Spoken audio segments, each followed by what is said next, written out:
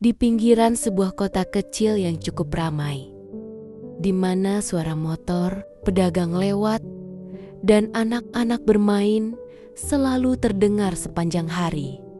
Tinggallah seorang lelaki bernama Yono, 30 tahun, bersama putri kecilnya Ziva yang baru berusia 4 tahun. Rumah mereka sederhana, terbuat dari papan kayu yang mulai memudar warnanya, dengan atap seng yang kadang berisik ketika tertimpa hujan. Meski kecil dan sederhana, rumah itu selalu bersih.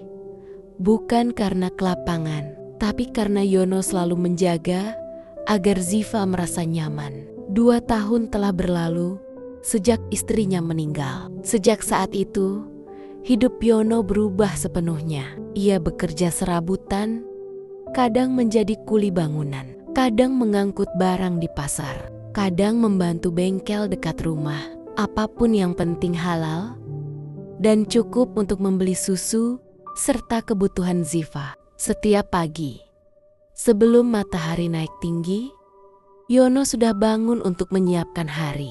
Dapur mungil yang hanya berisi kompor kecil dan panci tua menjadi tempat ia memasak air untuk membuatkan susu Ziva. Sambil memasak, ia selalu melirik ke ruang tidur kecil tempat Ziva masih terlelap di kasur tipis yang ditata rapi. Ketika Ziva bangun, rambutnya yang berantakan dan senyumannya yang polos selalu menjadi penyemangat Yono. "Pagi, ayah," gumam Ziva dengan suara serak kecil. Yono tersenyum lembut, mengusap kepala anaknya. "Pagi, sayang. Ayo, minum susu dulu." Begitulah rutinitas mereka, sederhana tapi penuh kasih. Rumah Yono berada di ujung gang kecil. Jalanan tanah di sekitar rumah itu sering becek setelah hujan, tapi anak-anak di lingkungan itu tetap bermain berlarian, tertawa, dan membuat suasana hidup. Tetangga Yono kebanyakan orang sederhana juga. Ada Bu Darsi yang berjualan sayur dari pintu ke pintu, Pak Surya, tukang tambal ban, serta keluarga Pak Ito yang anaknya sering bermain bersama Ziva. Di siang hari, suara kendaraan dari jalan raya utama kadang terdengar hingga ke gang, bercampur dengan teriakan penjual gorengan yang mendorong gerobaknya. Lingkungan itu ramai, padat, dan agak sempit. Tapi kehangatan orang-orangnya membuat semuanya terasa nyaman. Jika hari itu Yono bekerja di luar, Ziva akan dititipkan ke rumah Bu Darsi. Namun, jika pekerjaan sedang sepi, Yono memutuskan tetap di rumah, membersihkan halaman kecil, memperbaiki kayu yang longgar, atau sekadar duduk menemani Ziva bermain boneka. Walaupun hidup mereka sulit, Yono selalu berusaha membuat Ziva merasa bahagia. Kadang ia menggendong Ziva keluar gang untuk membeli es lilin. Kadang hanya berjalan-jalan kecil di pinggir sungai sambil menceritakan hal-hal sederhana. "Ziva, nanti mau jadi apa kalau besar?" tanya Yono suatu sore. "Jadi dokter supaya ayah nggak pernah sakit," jawab Ziva polos. Yono tersenyum, namun matanya berkaca-kaca. Ia memeluk putrinya erat. Saat malam tiba, rumah mereka hanya diterangi lampu bohlam kuning yang temaram. Setelah makan malam sederhana, kadang mie rebus, kadang nasi goreng buatan Yono, mereka duduk berdua di lantai papan. Ziva sering meminta ayahnya bercerita tentang ibunya. "Ayah, kalau ibu masih ada, ibu sayang Ziva nggak?" Yono mengusap pipi putrinya pelan. "Sayang sekali, nak. Lebih dari apapun." Kadang Yono menatap bingkai foto istrinya yang diletakkan di meja kecil. Rasa rindu itu tidak pernah hilang.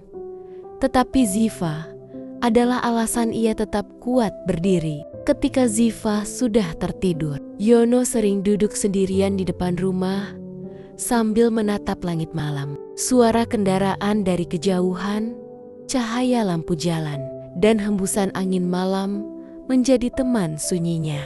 Dalam hati, ia selalu berkata, selama Ziva ada, ayah akan kuat, apapun caranya. Dan begitulah hari-hari Yono berlalu, penuh perjuangan, cinta, dan tekad untuk menjadi ayah terbaik, meski hidup tidak selalu mudah. Hari-hari terus berjalan, meski hidup sederhana. Yono selalu berusaha memastikan Ziva tidak pernah merasa kekurangan kasih sayang. Suatu pagi, Yono mendapat tawaran kecil dari tetangganya, Pak Amin, untuk membantu memperbaiki motor pelanggan. Bengkel kecil itu hanya berjarak 5 rumah dari tempatnya. Meski bukan pekerjaan tetap, setidaknya bisa menambah penghasilan. Ziva duduk di teras bengkel sambil membawa boneka lusuhnya, mengamati ayahnya bekerja. Bunyi apa itu? Ya, tanya Ziva sambil menunjuk obeng yang jatuh. Yono tersenyum. Obeng ayah jatuh sayang. Ziva, mau bantu ambilin? Ziva dengan langkah kecil mengambil obeng itu, lalu tersenyum lebar saat Yono mengacak rambutnya. Kehadiran Ziva membuat pelanggan bengkel merasa hangat. Ada sesuatu dari tawa anak kecil itu yang membuat siapapun meleleh. Beberapa ibu-ibu di sekitar rumah sering memanggil Ziva ketika mereka memiliki jajanan. Ziva, sini nak, tante punya jajan nih. Ziva dengan malu-malu datang. Terkadang mereka memberi 1-2 bungkus makanan untuk dibawa pulang. Mereka tahu Yono bekerja keras sendirian sejak istrinya tiada. Di sore hari, Yono dan Ziva berjalan ke taman kecil pinggir kota. Hanya berupa lapangan rumput yang tak rata. Tapi bagi Ziva, itu dunia kecil yang menyenangkan. Ia berlari mengejar kupu-kupu, sementara Yono duduk sambil tersenyum melihatnya. Kadang ia memandangi wajah Ziva lama-lama, dan di saat-saat begitu, rindu akan istrinya datang seperti angin dingin yang menusuk. Malam adalah waktu paling berat bagi Yono. Setelah Ziva tertidur, Yono duduk di depan rumah sendirian. Angin malam meniup dinding kayu yang berderit. Dari kejauhan, suara kendaraan kota samar terdengar. Ia menatap foto istrinya yang sudah kusam. Maafkan aku kalau hidup kita begini, tapi aku janji, aku akan menjaga anak kita sekuat yang aku bisa. Sesekali matanya basah, namun ia selalu menyembunyikan itu dari Ziva.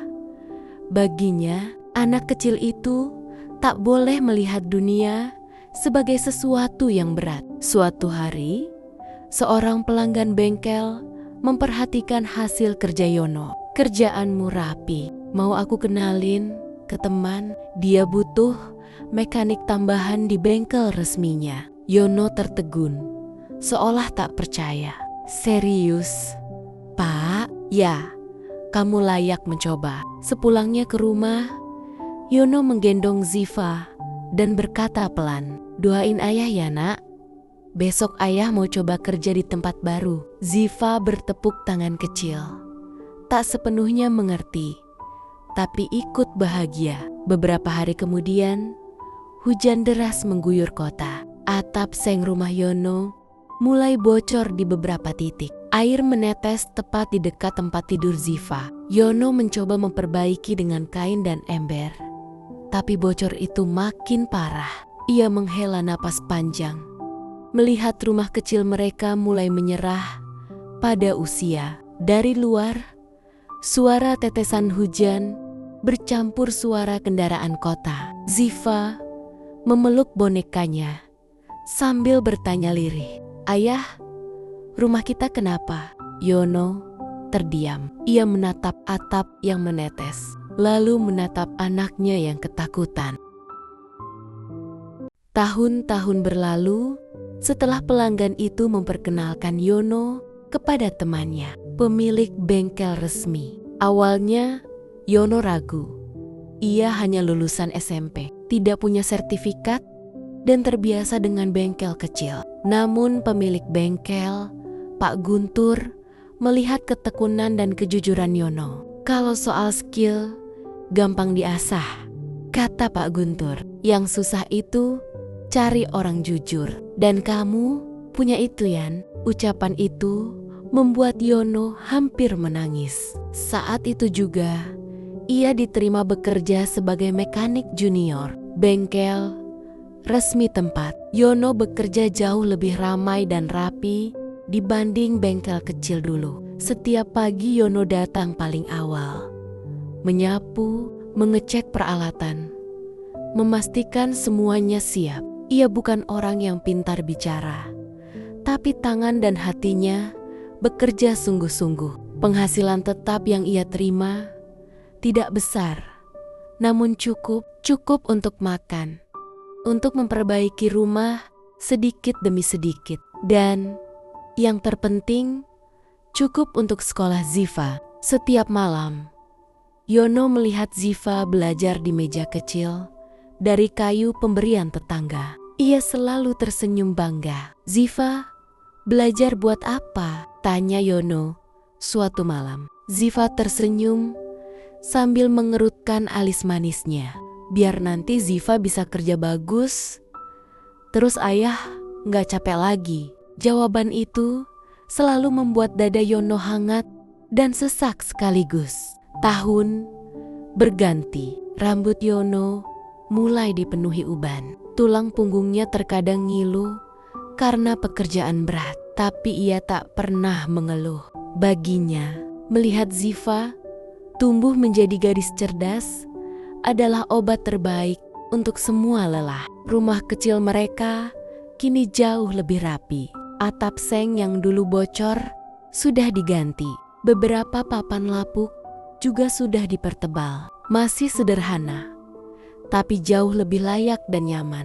Yang paling berubah adalah Ziva. Dari gadis kecil yang pernah takut pada suara hujan di atap seng, kini ia sudah duduk di bangku SMA kelas 3. Pintar, sopan, dan selalu juara kelas. Kadang para tetangga bertanya pada Yono, "Yan, kamu gak mau nikah lagi? Masa hidup terus sendiri?" Yono hanya tersenyum. "Cukup Ziva aja yang temenin saya. Kalau soal jodoh, biar Gusti Allah yang atur." Benar saja, Yono tidak pernah menikah lagi. Bukan karena tidak ada yang mau, tetapi karena hatinya sudah dipenuhi satu hal, menjadikan Ziva berhasil.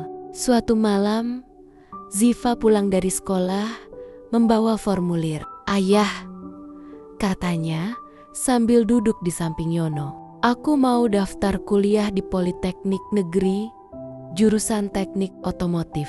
Yono terperanjat. Teknik otomotif sama seperti ayah? Ziva mengangguk sambil tersenyum hangat. "Ayah kerja keras sendirian bertahun-tahun. Kalau aku kuliah di bidang ini, aku bisa bantu ayah suatu hari nanti. Dan aku pengen ayah bangga." Yono menunduk. Air. Matanya jatuh perlahan ke punggung tangan yang sudah penuh goresan dan bekas oli. "Saya sudah bangga dari dulu, Nak." Ziva memeluk ayahnya erat. Di rumah kecil itu, meski sederhana, terasa hangat seperti rumah paling mewah di dunia.